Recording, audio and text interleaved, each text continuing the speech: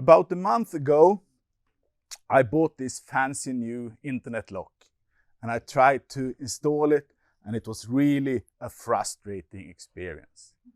The support was really bad and the user experience was really bad. So what I want to do is to focus to understand human responses when they use products, when they interact with products, technology, systems. So we have a lab in Luleå, the DEPICT LAB.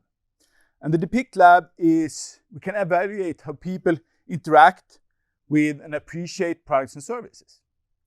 And in the lab, we measure something called psychometric responses. And of course, you ask, what is a psychometric response? So let's look at the short video. Imagine you're driving home from here in the winter, and you get this elk coming up. So what is happening in your body? First, you see the elk, your brain reacts, your pupil dilates, and then hopefully your foot starts to brake the car, and in the end your heart rate goes up, and also you start sweating. So these are the psychometric responses we have in our body when we come up to this elk. So we can measure them and then we can use them. So what we do is we can measure EEG, we can measure eye tracking, where you look at. We can also measure if you're sweating, the galvanic skin response. We can measure other things like your facial expressions, if you're sad or angry or frustrated. And we can measure muscle movement and heart rate. So all these things we can measure, but what do we use them for? Let's show me a couple of examples. So this is a slag hauler, a 60-ton slag hauler, and we wanted to design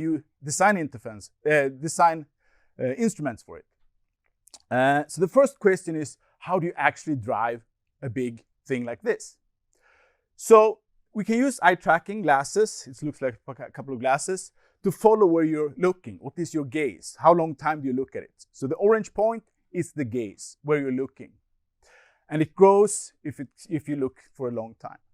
We take this data that we have from the eye tracking and measure how much time do you spend at each instrument. So for example, in this case, the small display that the driver saw, this is the most important part of the display. They only spent 1.3 seconds there. The large display, 15 seconds, and the small display in the corner, 30 seconds. So the most important display is in the corner. That is not good design. So we also tried all this. You check out the product from some online store, and it's a very frustrating experience. And we can measure that by using different types of technologies, like face tracking, to measure if you're sad, you're frustrated, or delighted. Another thing is we introduce a lot of new technology. And sometimes we want to test and evaluate it if it's good or bad. For example, virtual reality has been very hyped a couple of last years. Is it better than regular display using virtual reality? So in this case study, we looked at virtual reality. So we inspected a vacuum cleaner. How does it look like? Does it work? Is it a good design? And compare it to look at the physical thing. When you have it physically, you can actually move it, you can touch it. It's much better. Another study we studied focused on art. So this is Gammelstone, if you have been there. We can follow how people interact and look at art. So this is visualizing several people at the same time.